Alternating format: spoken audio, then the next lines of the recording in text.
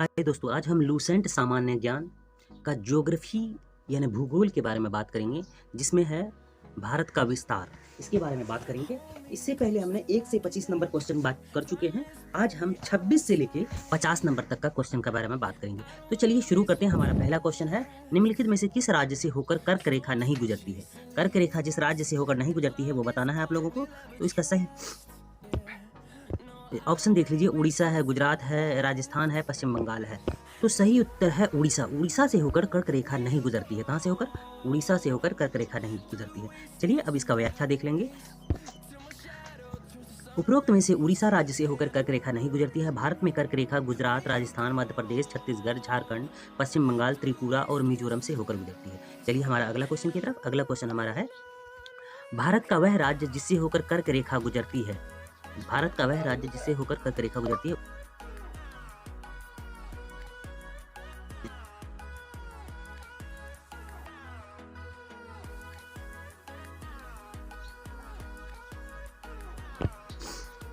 भारत का वह राज्य जिससे होकर कर्क रेखा गुजरती है।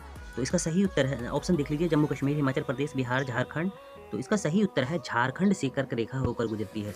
झारखंड से कर्क रेखा होकर गुजरती है। फिर से देख लीजिए, झारखंड से होकर गुजरती है कर्क रेखा। भारत के 8 राज्यों से गुजरती है। कौन कौन? राजस्थान, मध्य प्रदेश, छत्तीसगढ़, झारखंड, पश्चिम बंगाल, त्रिपुरा और मिजोरम से होकर गुजरती है। चलिए हमारा अगला क्वेश्चन की तरफ। अगला क्वेश्चन है, भारत की मुख्य भूमि का दक्षिणी पॉइंट क्या है?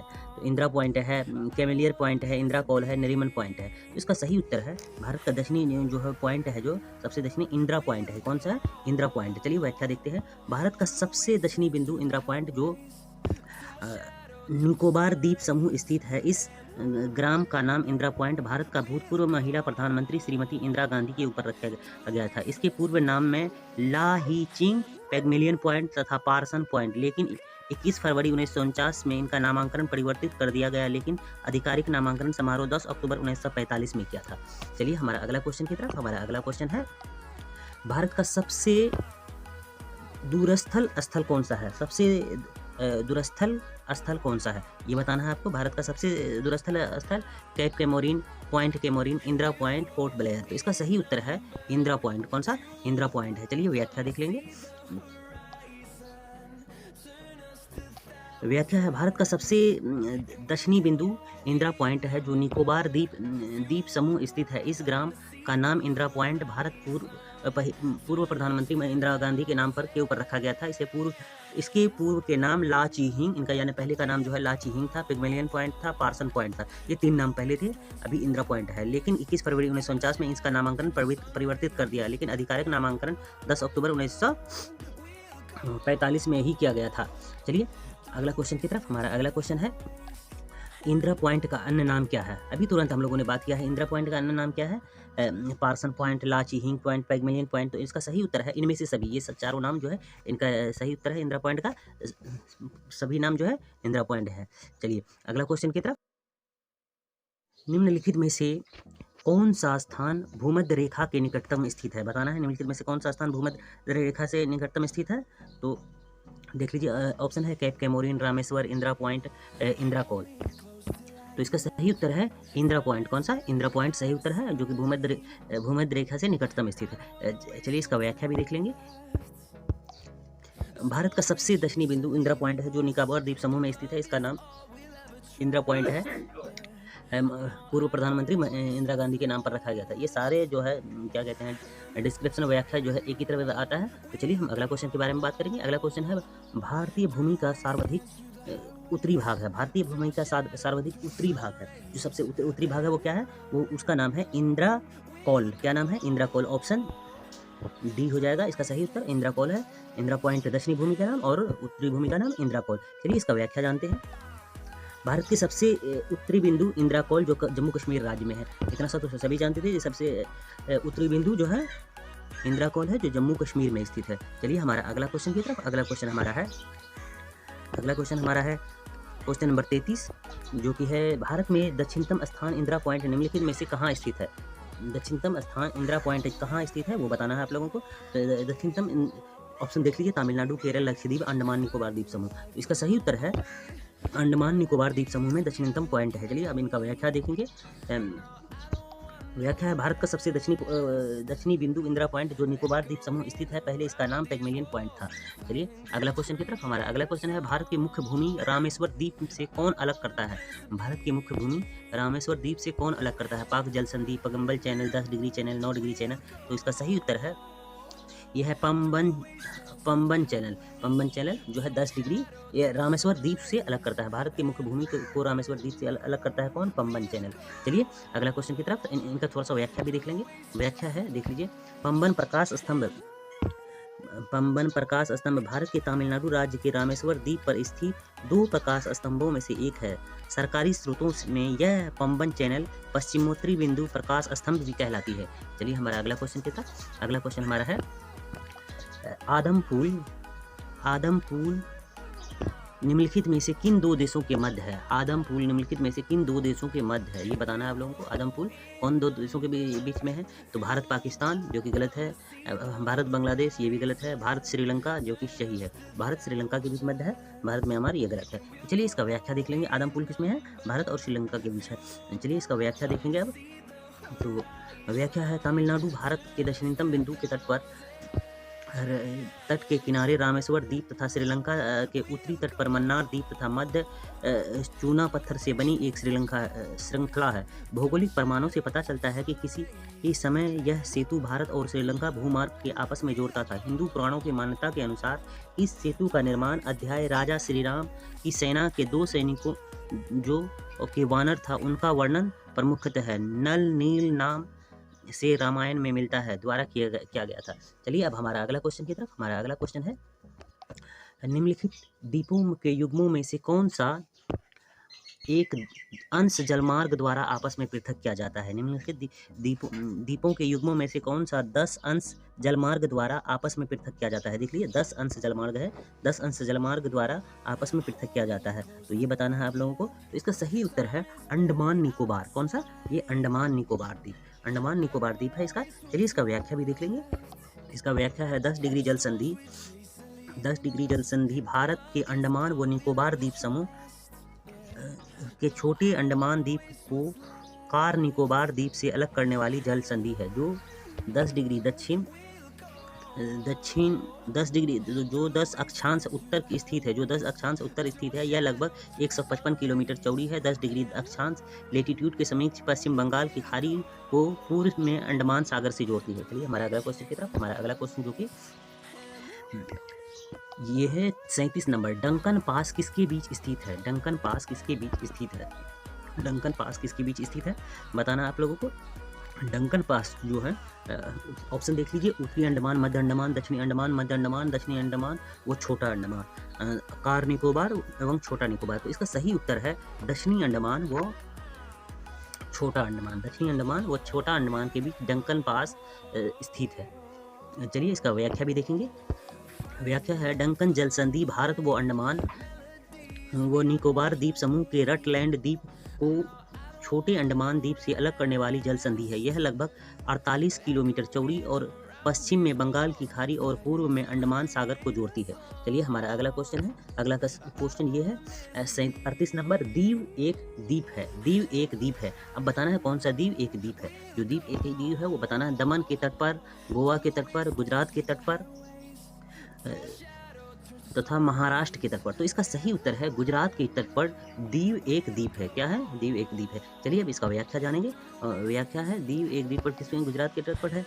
दीव अपने खूबसूरत चीज़ों से बीचेज, चर्च और नेचुरल ब्यूटी के लिए दुनिया भर में पॉपुलर है। अरब सागर में एक द्वीप के रूप में बसा हुआ टूरिस्ट प्लेस गुजरात के एक छोर पर स्थित है। चलिए अब हमारा अगला क्वेश्चन है। अगला क्वेश्चन 39 नंबर है, उसके बारे में बात करेंगे। श्रीलंका को भारत से पृथक करती है। कौन पृथक करती है ये बताना है आप लोग को। तो श्रीलंका को भारत से पृथक करती है ग्रेट चैनल, 8 डिग्री चैनल, पाक जल संधि, 10 डिग्री चैनल। तो इसका सही उत्तर है श्रीलंका को भारत से पृथक करती है कौन? पाक जल संधि जो है पृथक करती है। चलिए व्याख्या देख लेते हैं। पाक जल डमरू मध्यम अंग्रेजी पाक स्टेट भारत के राज्य तमिलनाडु द्वीप राष्ट्र श्रीलंका के उत्तरी भाग के बीच स्थित एक जल संयोगी है। यह बंगाल की खाड़ी को पूर्वोत्तर में पाक की खाड़ी एवं दक्षिण पश्चिम में मन्नार की खाड़ी को जोड़ती है। चलिए हमारा अगला क्वेश्चन है जो कि 40 नंबर है। 40 नंबर के बारे में बात करेंगे। ये 40 नंबर भारत तथा चीन के बीच सीमा बनाने वाली रेखा है। भारत तथा चीन के बीच सीमा बनाने वाली रेखा क्या है? तो ये बताना है। रेडक्लिफ रेखा है, मैकमोहन रेखा है, डुरंट रेखा है, स्ट्रैटफोर्ड रेखा है। तो इसका सही उत्तर है भारत और चीन के बीच जो रेखा है वो मैकमोहन रेखा है। कौन सा रेखा है? मैकमोहन रेखा है। रेडक्लिफ रेखा जो है भारत और पाकिस्तान के बीच बनाने वाला है। रेडक्लिफ रेखा भारत और पाकिस्तान के बीच। डुरंट रेखा जो है पाकिस्तान और अफगानिस्तान के बीच सीमा बनाने वाली रेखा है। तो चलिए इसका व्याख्या देख लेंगे। भारत और चीन के बीच सीमा बनाने वाली रेखा मैकमोहन रेखा है। तो मैकमोहन रेखा पूर्वी हिमालय के क्षेत्र में चीन अधिकृत एवं भारत अधिकृत क्षेत्रों के बीच सीमा चिन्हित करती है। 37वें सर्वे ऑफ इंडिया के एक मानचित्र में मैकमोहन रेखा को आधिकारिक भारतीय सीमा रेखा के रूप में दिखाया गया है। चलिए हमारा अगला क्वेश्चन के बारे में। क्वेश्चन नंबर 41 है, भारत और पाकिस्तान के बीच अंतर्राष्ट्रीय सीमा किसके द्वारा सीमांकित किया गया है? ये बताना है। जैसे भारत और चीन के बीच हो गया है मैकमोहन लाइन के द्वारा, तो भारत और पाकिस्तान के बीच अभी हमने पिछले क्वेश्चन में बात किया है, तो उस लाइन को कहते हैं रेडक्लिफ लाइन। कौन सा लाइन? Radcliffe line. तो भारत और पाकिस्तान के बीच अंतर्राष्ट्रीय सीमा किसके द्वारा बनाया गया है? तो रेडक्लिफ लाइन के द्वारा बनाया गया है। चलिए व्याख्या देखते हैं।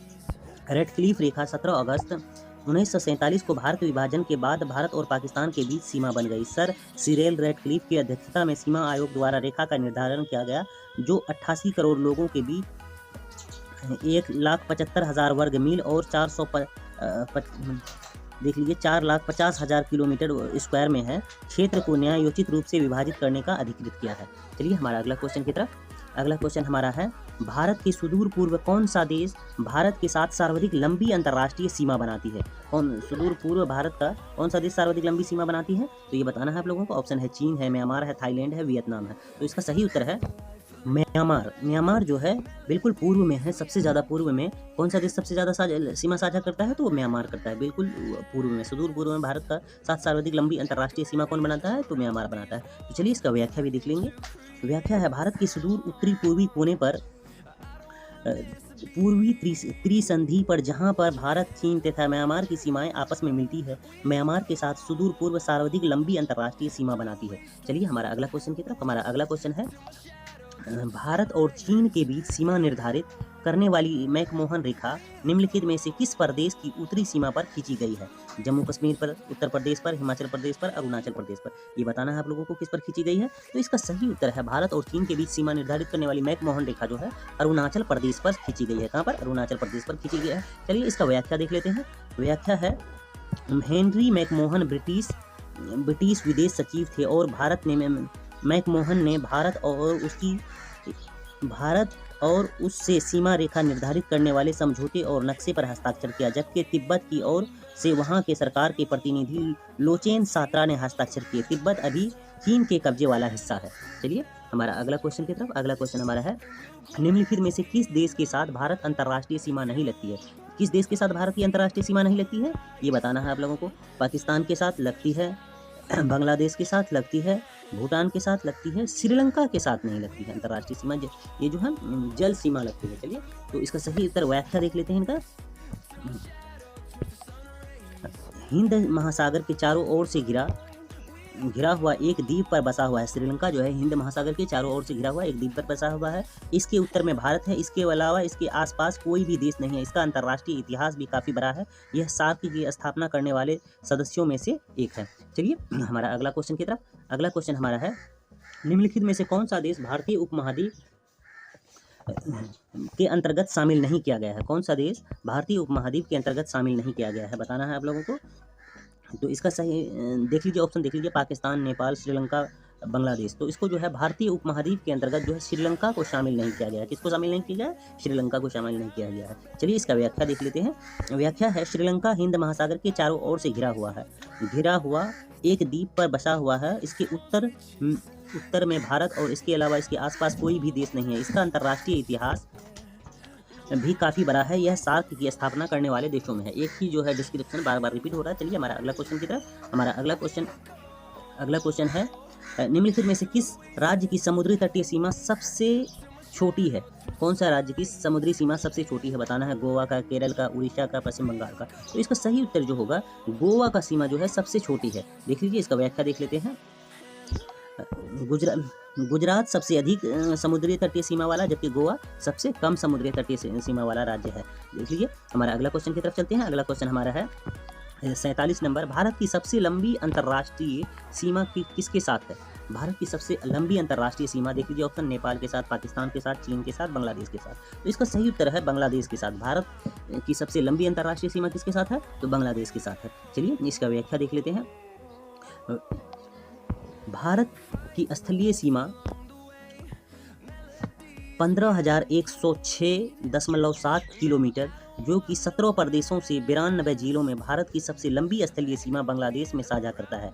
भारत की जलीय सीमा 7,516.6 किलोमीटर है, जो कि 13 राज्यों और केंद्र शासित राज्यों में है। भारत की स्थलीय सीमा इस प्रकार है: बांग्लादेश के साथ 4,096.7 किलोमीटर, चीन के साथ 3,488 किलोमीटर, पाकिस्तान के साथ 3,323 किलोमीटर, नेपाल के साथ 1,751 किलोमीटर, म्यांमार के साथ 1,643 किलोमीटर, भूटान के साथ 699 किलोमीटर, अफगानिस्तान के साथ 106 किलोमीटर। चलिए ये जो अफगानिस्तान के साथ जो बता रहा है 106 किलोमीटर, ये पाकिस्तान के POK इलाके में है, जो कि भारत के साथ तो है ही नहीं, लेकिन फिर भी हमारे रिकॉर्ड में किताब में है। तो चलिए हमारा अगला क्वेश्चन की तरफ देखते हैं। अगला क्वेश्चन हमारा है, निम्नलिखित में से भारत की सबसे छोटी स्थलीय सीमा किस देश के साथ है? भारत की सबसे छोटी स्थलीय सीमा किस देश के साथ है? पाकिस्तान के साथ है, नेपाल के साथ है, म्यांमार के साथ है, भूटान के साथ है। बताना है आप लोगों को। तो इसका सही उत्तर है भूटान के साथ है। सबसे छोटी स्थलीय सीमा किसके साथ है? तो भूटान के साथ है। चलिए इसका व्याख्या भी देख लेंगे। उपरोक्त विकल्पों में से भारत की सबसे छोटी स्थलीय सीमा भूटान के साथ है। भूटान के कुल 4 भारतीय राज्य सीमा लगती है। देखिए विकल्प जो 4 है उसी में से छोटी जो है भूटान के साथ है। सबसे निकटतम पड़ोसी देश पाकिस्तान, अफगानिस्तान, चीन, नेपाल, भूटान, म्यांमार व बांग्लादेश, श्रीलंका है।